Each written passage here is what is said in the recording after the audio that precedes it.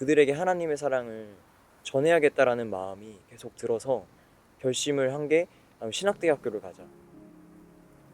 제가 만난 하나님은 저와 영원히 함께 하신 하나님, 영원토록 사랑하실 하나님을 그때 처음 만났고,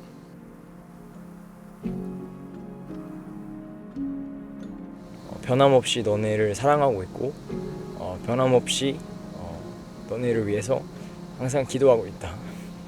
고맙다.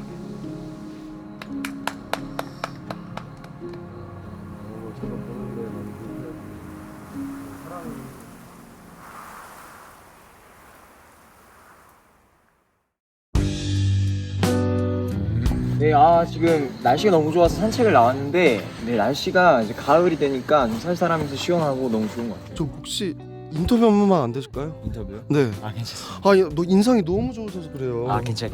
인터뷰 딱 한 번만 해주세요. 안 되세요? 알겠습니다. 아이고, 갑자기 인터뷰 혹시 드리죠. 인상이 너무 좋으세요. 진짜요? 네. 저런 혹시 인터뷰 한 번만 가능하실까요? 피해야죠. 정말요? 인터뷰 출연하시면 출연료를 드리고 있어요. 진짜요? 네, 출연료를 드리고 있어요. 출연료. 얼마 정도 주시려나? 죄송한데 저도 하면 안 돼요? 갑자기요? 네, 약속이 취소돼가지고. 취소가 됐다고요? 너무 갑작스럽네. 갑자기 전화 와서. 지금 네, 알겠습니다. 그러면은 출연료를 저희가 반반으로 나눠야 될 것 같아요. 5대5로요. 누가 오야? 일단 가실까요? 네네네, 가시죠. 네네네.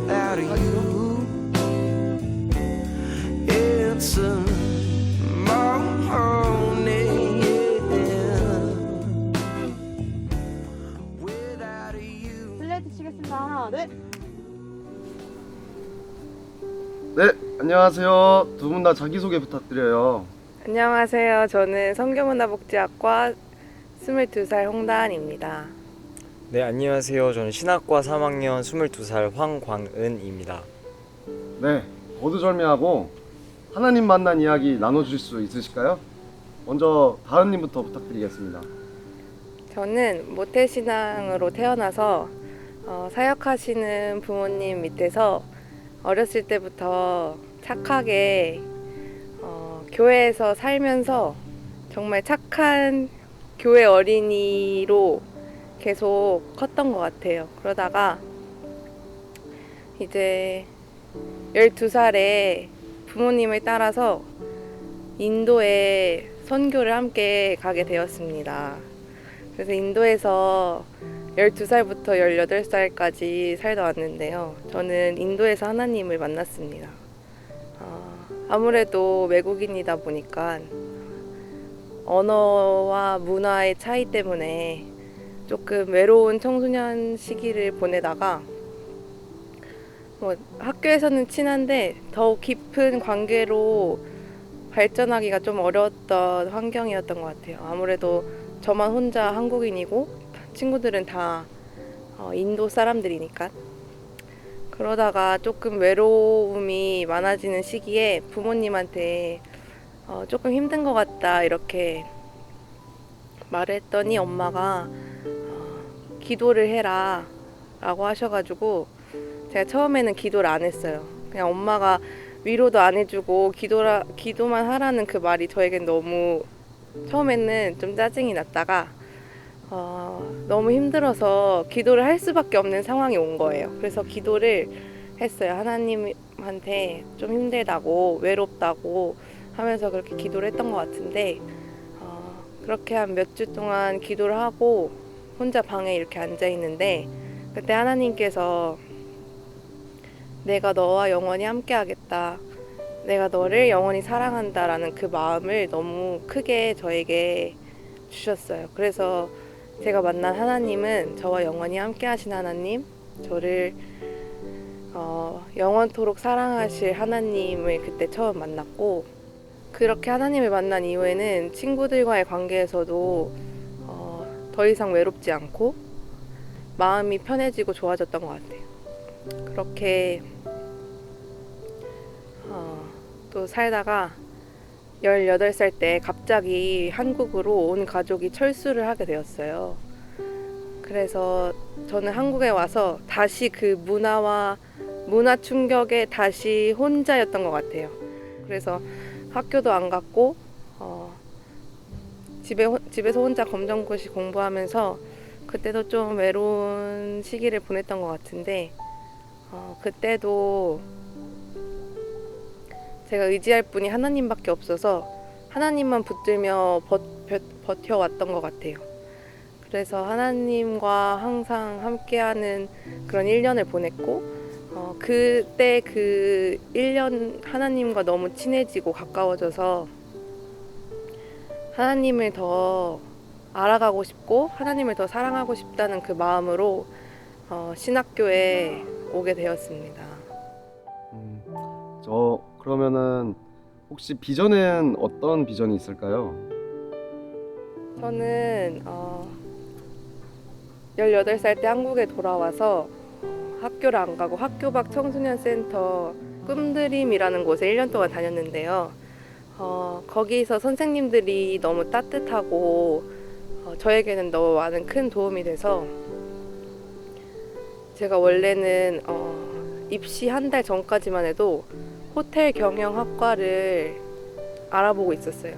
갑자기 그 한 달 사이에 선생님들처럼 살고 싶다라는 생각이 들어서 사회복지를 해야겠다라는 생각이 갑자기 들었고 저에게는 또 제가 MK다 보니까 항상 그 열방을 향한 마음과 제가 두고 온 인도의 그 친구들과 많은 영혼들이 항상 제 마음속에 있기 때문에 아신대학교 하나만 바라보고 입시를 넣었고 그렇게 사회복지사와 선교사라는 꿈을 가지고 학교에 입학하게 되었어요.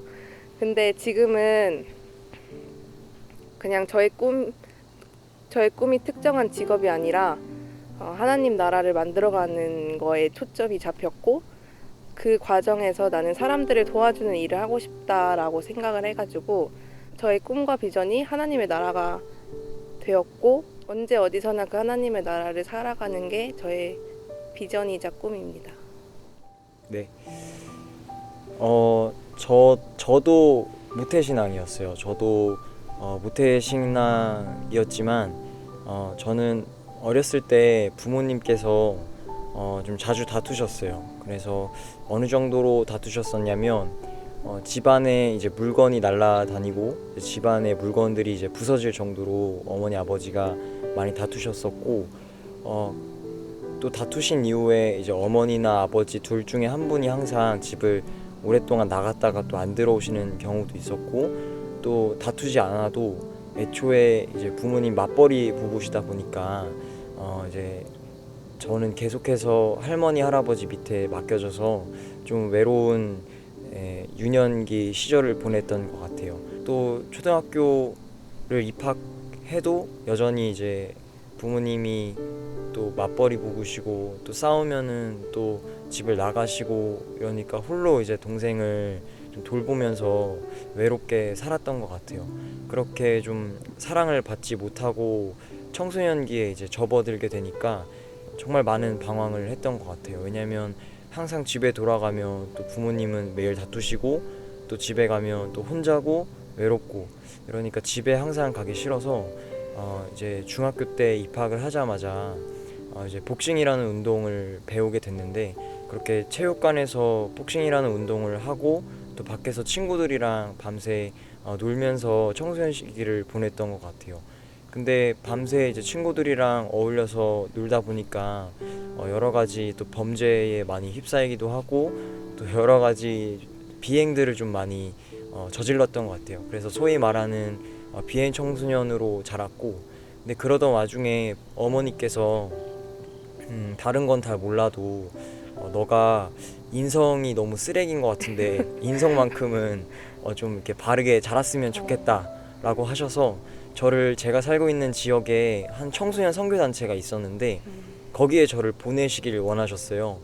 중학교 2학년 때였는데 그 선교단체에서는 거의 1년짜리 제자훈련이라는 프로그램을 진행하고 있었고 거기에 이제 저를 보내려고 하셨는데 저는 죽어도 가기 싫다고 했죠. 왜냐면 그런 거를 가기보다 친구들이랑 노는 게 더 재밌고 이제 친구들이랑 오토바이 타고 이제 드라이브 하는 게 너무 재밌다 보니까 그런 걸 왜 하냐라고 했었는데 당시에 이제 제가 휴대폰을 정말 최신형 휴대폰을 갖고 싶었는데 어린 마음에 근데 제가 휴대폰을 너무 안 좋은 거를 중고폰을 쓰고 있었어요. 근데 어머니가 조건을 거시더라고요. 거기 가서 제자훈련 열심히 받으면 휴대폰을 바꿔주겠다. 그래서 이제 그때 잔머리를 굴려서 좀 열심히 하는 척 하다가 휴대폰 바꿔주면 제껴야겠다, 빠져나와야겠다 라는 생각으로 이제 선교단체에 들어가게 됐는데, 그 선교단체에서 하는 제자훈련 그 찬양 시간, 또 강의 시간, 설교 시간, 또 나눔 시간들을 통해서 조금씩 하나님을 만났던 것 같고, 그때 만났던 하나님은 제가 너무 외로웠기 때문에 또 자존감도 낮았고 또 사랑받고 싶었고 또 인정받고 싶었는데 그런 것들이 없이 자라다 보니까 그런 것들에 결핍이 있었는데 그런 결핍들을 좀 채우셨던 것 같아요. 그래서 하나님께서는 나를 사랑하시고 또 나와 언제나 함께 하신다라는 하나님을 중학교 3학년 때 이제 제자훈련을 통해서 만나게 됐고요. 이제 하나님을 좀 만나게 되니까 원래 이제 목적 없이 그냥 친구들이랑 이렇게 어울리면서 여러 가지 사건 사고들을 저지르면서 살았지만, 하나님을 만나게 되니까 이제 목표의식이 생겼어요. 내가 하나님을 위해서 살아야겠다. 근데 그때 유일하게 제가 열심히 해왔던 게 공부도 아니고 운동이었기 때문에 그럼 내가 유명한 운동선수가 돼서 좀 전 세계 하나님의 이름을 알리는 그런 귀한 스포츠가 크리스찬 스포츠 선수가 되자라는 꿈을 가지고 그때부터 열심히 이제 복싱을 더 열심히 하게 돼서 이제 국가대표 청소년 국가대표도 좀 발탁이 되고, 그렇게 고등학교를 타지로 이제 스카우트 돼서 넘어가게 됐는데 입학한 지 얼마 안 돼 17살 때 이제 자퇴를 하게 됐어요. 이제 운동도 그만두게 되고. 근데 그렇게 되니까 다시 하나님이 원망스러운 거예요. 왜냐면 하나님을 만났고 나는 이제 하나님을 위해서 살겠다라고 다짐해서 그렇게 열심히 했고 운동 열심히 했고 타지로 갔는데 제가 유일하게 잘 할 수 있었던 그 복싱을 못 하게 되니까 좀 하나님을 많이 원망하면서 다시 옛 습관을 따라서 18살 때부터 방황을 하기 시작했던 것 같아요. 그렇게 1년 정도 방황을 하다가 어느 날 갑자기 문득 이런 생각이 떠올랐어요. 제가 사실 자퇴하기 전에 17년도 9월 달에 그 부산 여중생 폭행 사건이라는 굉장히 화제가 됐던, SNS에서 화제가 됐던 사건이 있었는데, 그 뉴스를 보면서 그 당시에 제가 자퇴하기 직전이었는데 그 가해자들을 굉장히 욕을 했어요. 근데 그 가해자들을 욕을 하다가 문득 그런 마음이 드는 거예요. 저 가해자들도 하나님께서 사랑하신다. 그리고 사실 내가 하나님을 만나기 전에 저 가해자들의 모습이 나의 모습이었다 라는 그런 어떤 긍휼의 마음을 주셨었는데, 사실 그거를 대수롭지 않게 넘기고 다시 방황을 했던 거였는데, 방황을 하다 보니까 어이가 없는 거예요. 왜냐면 사실 내가 꿈이 좌절됐다고 나를 사랑하시는 그 하나님을 저버리고 이렇게 살아가는 게 맞는 걸까? 라는 생각이 문득 들면서 갑자기 자퇴하기 직전에 그 뉴스를 통해서 주셨던 마음이 떠오르면서 정말 수많은 청소년들이 방황을 하고 있고 수많은 비행 청소년들이 점점 늘어나고 있고 청소년 범죄가 늘어나고 있는 이 시대에서 그들에게 하나님의 사랑을 전해야겠다라는 마음이 계속 들어서 결심을 한 게 신학대학교를 가자. 그래서 신학을 공부해서 그럼 내가 다음 세대에게 하나님의 사랑을 전하는 사람이 되자 라는 생각을 갖게 됐고 그렇게 액츠에 입학하게 되었습니다. 지금 하고 계신 사역 단체가 있다고 들었어요. 네, 맞습니다. 거기서는 어떤 활동을 하고 계신가요? 저는 현재 제가 처음 하나님을 만났던 다윗 세대라는 선교단체를 섬기고 또 노래하는 교회에서 이제 위기 청소년을 섬기고 있는데, 주로 하는 사역은 이제 예배 사역과 그다음에 이제 실제로 길거리에 나가서 이제 교회를 안 다니는 또 방황하고 있는 쉽게 말해서 거리에서 이제 술을 먹고 있는 친구들에게 다가가서 말을 걸고 밥을 사주고 복음을 전하는 그런 사역을 하고 있습니다. 엄청 귀한 일들을 하고 계시네요. 네, 그 아이들에게 대한 마음이 엄청 크실 것 같아요. 네, 맞습니다. 네, 그 아이들한테 혹시 하실 말씀 있으실까요?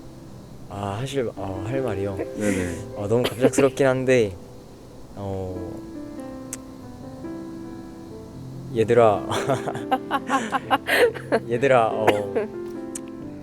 내가 정말 너네를 사랑한다. 내가 점점 이 사역을 하면서 만나는 친구들이 많아져서 또 누군가는 예전만큼 내가 못 만나주고 또 예전만큼 연락을 많이 못한다고 해서 서운해하는 친구들도 있겠지만 변함없이 너네를 사랑하고 있고 변함없이 너네를 위해서 항상 기도하고 있다. 고맙다. 저도 보는데 너무 뭉클해지는 것 같습니다. 그 사랑이 하시는 것이 너무 느껴져서 저 또한 느껴지네요. 그 사랑하시는 감사합니다. 감사합니다. 혹시 먼저 다은님께서 하나님만이라는 문구를 넣어서 자신의 이야기를 완성시킨다면 어떻게 완성시킬 수 있을까요? 저는 하나님만이 나의 베스트 프렌드다. 왜 그런지까지 이유 가능하실까요? 저는 가장 외로울 때 하나님을 만났고 의지할 분이 하나님밖에 없는 삶을 그런 청소년기를 보내와서 자연스럽게 나의 속마음을 하나님께만 말하고 하나님만 의지할 수밖에 없는 그런 삶을 좀 살아와서 베스트 프렌드가 될 수밖에 없었던 것 같아요. 광우님도 나눠줄 수 있으실까요? 저는 하나님만이 제 유일한 빛이라고 말을 하고 싶습니다. 저는 청소년 시기를 굉장히 어둠 가운데 이제 보냈는데 그 정말 빛이 들어오지 않을 것 같은 캄캄한 제 어둠과 같은 그런 삶에 한 줄기 빛을 유일한 빛을 비춰주신 분이 하나님이시기 때문에 하나님만이 제 유일한 빛이라고 말을 하고 싶습니다. 네.